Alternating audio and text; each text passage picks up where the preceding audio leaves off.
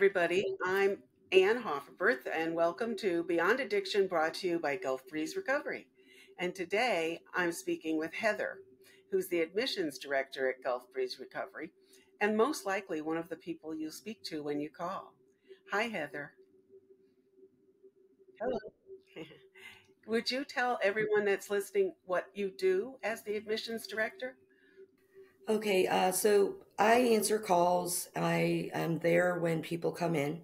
I meet them at the facility. I think that's a something that you don't see very often anymore. There are often people off-site um, who the process is less personal and less human.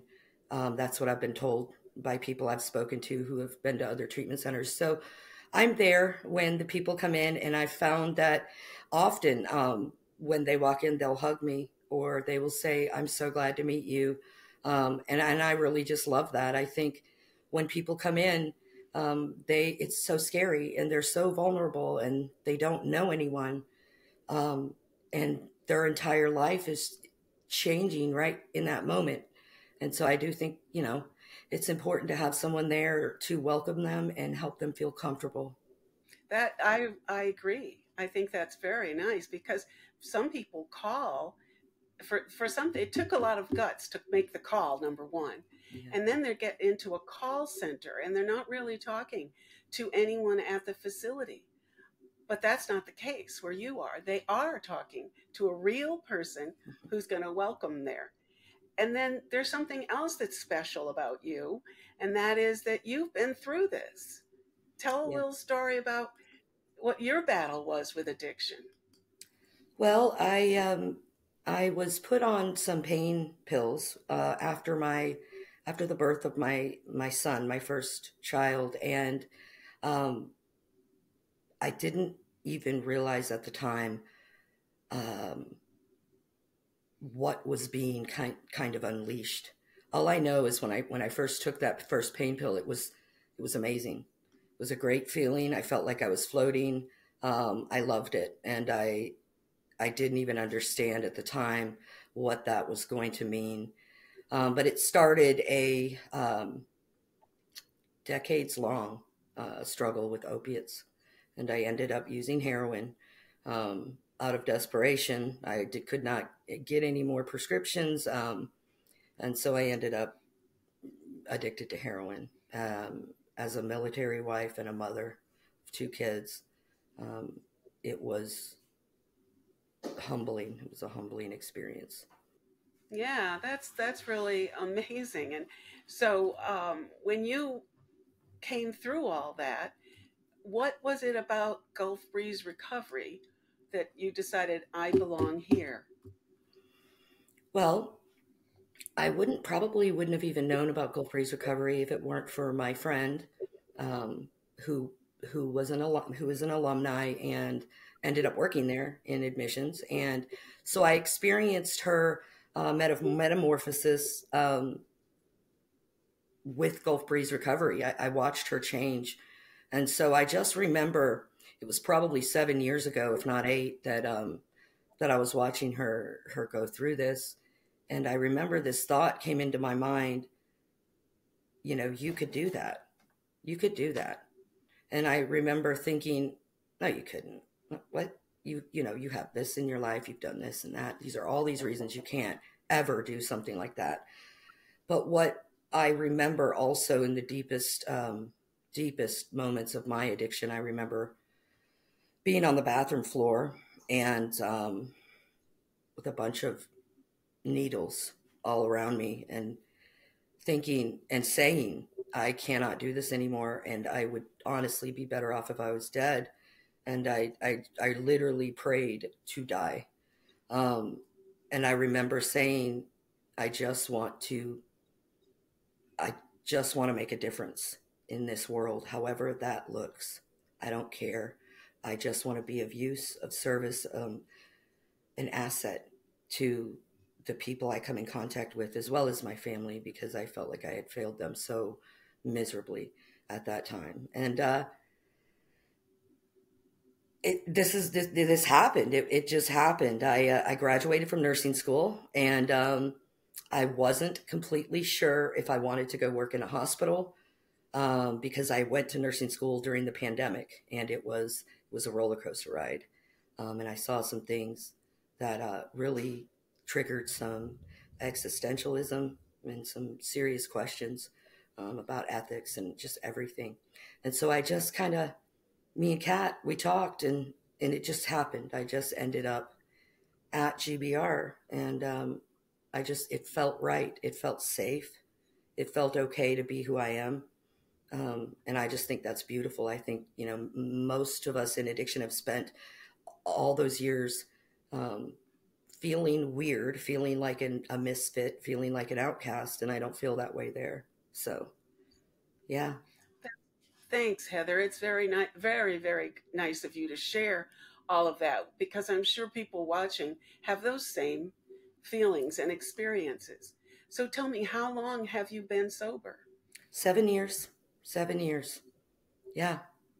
And there was a time when I didn't believe it was possible. There was just no way that I could live without some kind of substance. And it's happening every day. So, yeah. That's amazing, isn't it? Hmm. That there's a whole other life for you. Yeah. Well, you went to other rehabs, and I've always thought that coming in for detox has to be very scary. And I know you do a much, much careful, thoughtful job at GBR. Can you talk about like maybe a detox experience you've had and what's done at GBR that's different?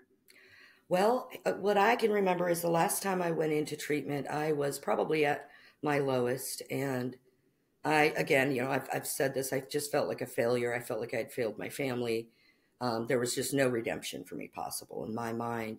And I remember one of the ladies checking me in looked at me, and I'm in my head at this point, and I'm thinking, um, wow, you're such a loser. Like, there's just nobody lower than you. And this lady, she's all put together. She has her makeup done, her hair, it looks nice, all perfectly in place. She's dressed professionally. And she looks at me out of nowhere and she says, you know, there was a time when I woke up in the morning and I worried about whether there were pieces of vomit in my hair before I went to work. And I mean, I get chills every time I tell this story because I needed to hear that in that moment. This woman who's completely put together, and she's offering me compassion and a piece of herself, a vulnerable piece of herself. Um, so that's what I give people, because I want them to know that no matter how they feel, there is hope always. I know it, and there was a time when I truly did not believe that.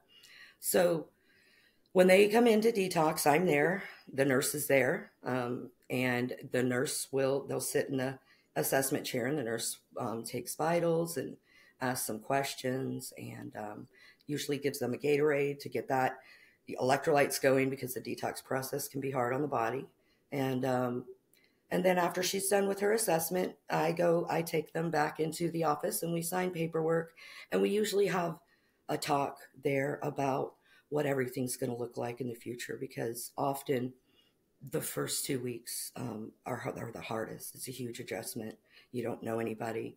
And so I'm there. I come in and check on them in the next few days, and I let them know that, like, my my goal is to help them feel comfortable as they adjust to the new staff. And then, kind of like I'm the training wheels, I kind of fall off, and there they go into the rest of their journey. And then I just sit back and watch them um, grow and change, and it's beautiful. Yeah, Well, I mean, do you realize that you're that woman for so many people? yeah, They can look at you and say, well, if she can do it, it's possible. yeah, It's not impossible. It can be done. And you need to know that yes. when you're getting help. Um, Now, after they go to detox and they're fine and they've got their body back and their mind is working again, what happens? Where do they go then? Well, um, truthfully, often, not always, this is not a hard rule, but often, the the idea springs out, oh my goodness, I feel so good. I've got this. I've got this. This is good. And often, maybe 3 4 weeks in, we see people say, I'm good. I'm ready to go. I think I've learned everything that I can here. And we always say, no, no, no, don't believe that. That's not true. You're just feeling better, which is great. But you have to stay and trust the process for the rest of the journey to unfold. Also, though, that's the mind clearing up. And that's what we say. The clarity starts to come back.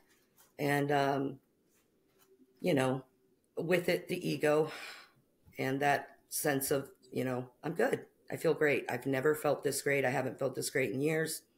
I don't even want to drink, or I don't even want to, whatever. And then, we've, seen many times that's, many times when people leave and can possibly. And so I try to discuss that actually during the admissions process and just say, hey, listen, this, you're going to get to feeling better. Remember, you got to stick this out because it's going to be up and down, and you got to follow it through. Yeah.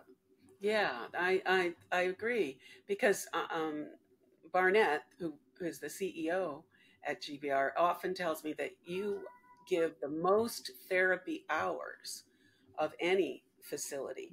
And so when they leave, they've lost all that one on one and group therapy that for some reason is the most powerful at giving you an insight. Talk about that. Well, honestly, I wish I had had access to the type of services that GBR offers way earlier in my life. I think that things would have went differently because of the therapy.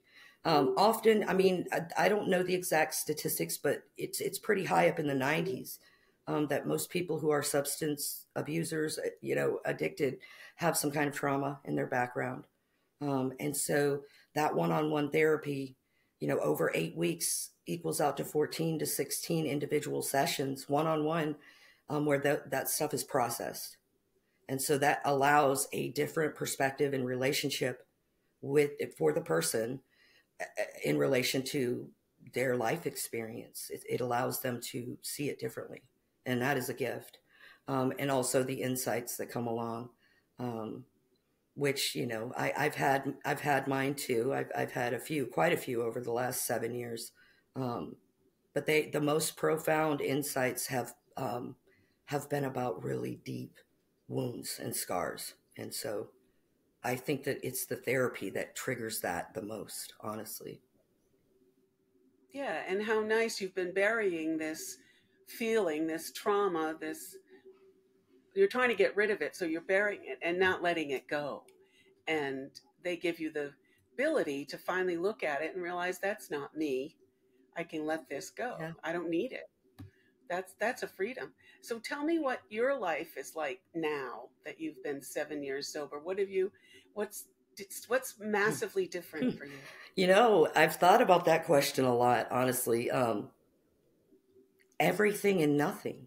I think the biggest lesson, and I've talked about this on the phone with guests before they come in, we get into long conversations. That's something that is very unique, I think, not only to my style, but also GBR's. It's the way I was trained. We just talk. We just talk like humans. And so um, I learned that I had all these expectations on what life was supposed to be. Many of them instilled in childhood by just, my culture, society, my parents.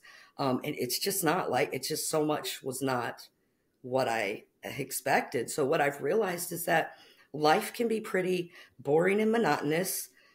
Sometimes it cannot, it can be unhappy. We are not, I don't think, meant to be on a high dopamine, endorphin kind of just extreme high all the time. Um, life is life is bumpy. There are ups and downs. Sometimes it's boring, and that has been the biggest lesson I've learned. That it's okay to be bored. It's okay to be sad. It's okay to be angry. It's okay, and it will pass. It'll level out, and then some joy will come along. And so life is really normal. and I don't numb myself, so I just experience it without any anesthesia. I always make that joke. I'm numb, like I'm not numb anymore. I'm going through life just totally, yeah. Yeah, you're actually there 100%. And what's the best thing about that? What's the thing that you look at and think, wow, this is the best? Honestly, being present really for the ups and downs, the fear of like walking through fear, not disconnecting mentally from things, and just kind of experiencing that and realizing and knowing it's not going to kill me. Because I think that most of my life I had some very, when I felt things, I felt them very strongly, whatever they were. And I didn't understand that. I don't know. I still don't completely, but um, I was trying to escape that my entire life. And that's when, I mean, I started using substances at 13, drinking. And so I was just trying to escape whatever that was. And the process of just sitting through life, I taught me and showed me that it's not gonna kill me, and it's a gift. Yeah, Right. And now you can just be with yourself and not be uncomfortable with yourself. right. It, Yep. you know, you always had to fill a space before. Right. Right. No, I have conversations with myself all the time, um, that are actually so much more compassionate than ever. Um, and it's just like, hey, it's okay. It's okay. Um, you know, I don't know. I have talks with myself in my head often, that are loving. They're just more loving. They're more compassionate. They're more forgiving. Um, and I learned that actually from a therapist at Gulf Breeze Recovery. She tells me compassionate curiosity, because sometimes when we do things or say things, there's that shame cycle that comes in, and you're like, oh my God, why did I do that? Why did I say that? And she says, be compassionately curious and find out, you know, what part of you um, felt that, you know what I mean, that was what you needed to say or do in that moment. And so it's I learn about myself that way, instead of just shutting down and saying, ew, I don't like that, it's bad. I get to learn, and then hopefully have a different relationship with that part of myself, which lessens the shame and all of that. So Right. I remember when I gave up smoking, that was my, and the freedom I had that I didn't have to run back to the house and get the cigarettes and the lighter, and I could get on the phone without a cigarette. And I have to figure that it's minor compared to what you were going through, but I can't imagine getting up every morning and all you think about is getting what you need to stay the way you are. yep, I remember writing about it. I'm sure most people have seen Lord of the Rings, the Gollum creature in there, and we remember how he had a normal life. He was a a normal human person, and he became that monster looking for his precious all the time. And I remember thinking of that and feeling like that's what I turned into. Also, um, feeling like a passenger in my life, and there was just somebody else driving, and I was in the passenger seat, like screaming and holding on, like, no, stop. And then, but we didn't. And your family's around, like, why are you like this? What's wrong with you? And you're just like, I know, but I can't stop. And yeah, that's yep, I've experienced that a lot. The other thing that I think people would like to hear is what would you say to someone who's looking for help and a rehab? What would you say about Gulf Breeze that would be important to them?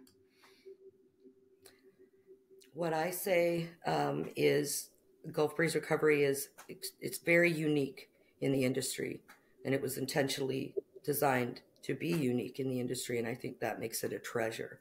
Um, and I think that if they're looking for a lasting, sustainable change, they can find it at Gulf Breeze Recovery, absolutely. And I always tell them, really, all you have to do is show up and be brave.